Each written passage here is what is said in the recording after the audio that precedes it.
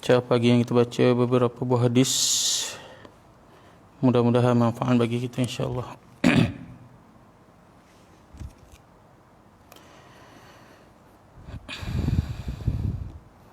An Sahlin radhiyallahu anhu qala Rasulullah sallallahu alaihi wasallam, ana wa kafilul yatim fil jannati hakadha, wa asyara bis sababati wal wusta wa farraja bainahuma syai'a. Sayyidina Sahal radhiyallahu anhu meriwayatkan Rasulullah sallallahu alaihi wasallam bersabda, saya dan penjaga anak yatim akan berada dalam syurga dekat sebegini. Dan baginda sallallahu alaihi wasallam menunjukkan jari telunjuk dan jari tengah yang direnggangkan sedikit di antara kedua-duanya.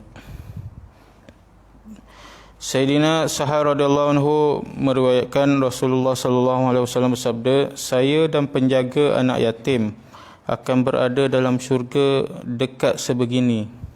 Dan baginda telah menunjukkan isyarat dengan jari telunjuk dan jari tengah yang direnggangkan sedikit antara kedua-duanya.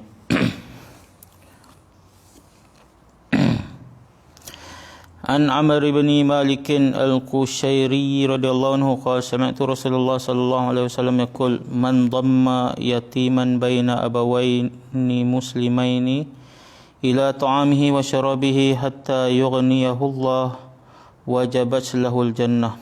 Sayyidina Amr bin Malik Qushairi radhiyallahu anhu berkata, saya mendengar Rasulullah sallallahu alaihi wasallam bersabda, sesiapa yang mengambil anak yatim yang kedua-dua ibu bapanya orang Islam untuk makan dan minum bersamanya, yakni dia menanggung anak itu sehinggalah Allah menjadikannya tidak lagi memerlukan tanggungan, yakni sehingga anak itu boleh berdikari dalam menyempurnakan keperluannya, maka syurga wajib untuknya. Sayyidina Amr bin Malik Qushairi radhiyallahu anhu berkata, saya mendengar Rasulullah sallallahu alaihi wasallam bersabda, sesiapa yang mengambil anak yatim yang kedua-dua ibu bapanya orang Islam untuk makan dan minum bersamanya, yakni dia menanggung anak itu sehinggalah Allah Subhanahu wa taala menjadikannya tidak lagi memerlukan tanggungannya, yakni sehingga anak itu boleh berdikari dalam menyempurnakan keperluannya, maka wajib syurga untuknya.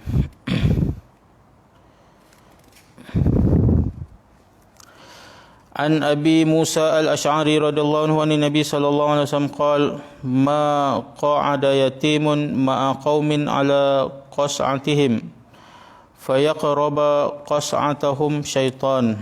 Sayyidina Abu Musa Ash'ari meriwayatkan bahawa Nabi sallallahu alaihi wasallam bersabda, mana-mana kumpulan orang yang makan bersama anak-anak yatim, maka syaitan tidak dapat menghampiri makanan mereka. Sayyidina Abu Musa Ash'ari meriwayatkan bahawa Nabi sallallahu alaihi wasallam bersabda, mana-mana kumpulan orang yang makan bersama anak yatim, maka syaitan tidak dapat menghampiri makanan mereka. An Abi Hurairah radhiyallahu anhu anna rajulan syaka ila Rasulillah sallallahu alaihi wasallam qaswata qalbihi faqala, imsah ra'sal yatim wa at'imil miskin.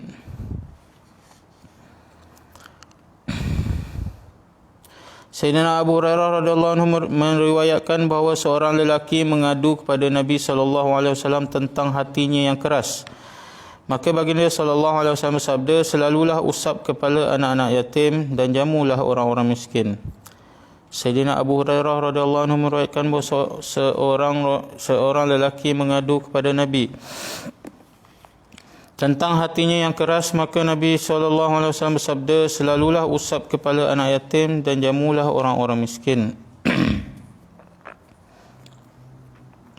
An Safwan bin Sulaim radhiyallahu anhu yarfa'uhu ila Nabi sallallahu alaihi wasallam, as-sa'i 'alal armalati wal miskin kal mujahidi fi sabilillah aw kalladhi yasumun nahara wa yaqumul lail.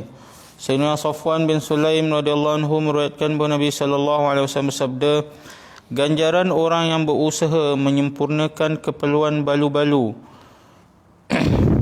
Dan orang-orang miskin ialah seperti ganjaran mujahid di jalan Allah, ataupun seumpama orang yang berpuasa pada waktu siang dan beribadat sepanjang malam.